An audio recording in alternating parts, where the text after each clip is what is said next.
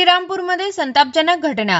गरम तेलामध्ये पार्सल फेकून दिल्याने 2 कामगार गंभीर भाजले। श्रीरामपूर शहरातील छत्रपती महाराज चौक परिसरात असलेल्या दिल्ली दरबार चायनीज हॉटेलमध्ये मंगळवारी रात्री सुमारे 10:30 वाजण्याच्या सुमारास एक संतापजनक आणि धक्कादायक घटना घडली।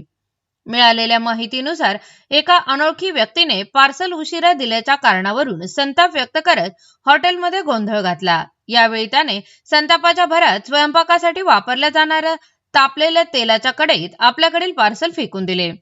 त्यामुळे उकळते तेल उडून हॉटेलमध्ये काम करणाऱ्या 2 कामगारांवर पडले। या घटनेत आरिफ उर्फ बच्चन आणि राजू हे दोघे कामगार गंभीररित्या भाजले असून त्यांना तातडीने सहकार्य कामगार रुग्णालयात दाखल करण्यात आले। मात्र प्रकृती गंभीर असल्याने पुढील उपचारासाठी त्यांना लोणी प्रवरा येथील रुग्णालयात हलविण्यात आले आहे। घटना घडल्यानंतर आरोपी घटनास्थळावरून फरार झाला असून पोलीस त्याचा शोध घेत आहे। या प्रकरणी संबंधित आरोपीवर कठोर कारवाई करण्यात यावी अशी मागणी हॉटेल मालकांनी केली आहे।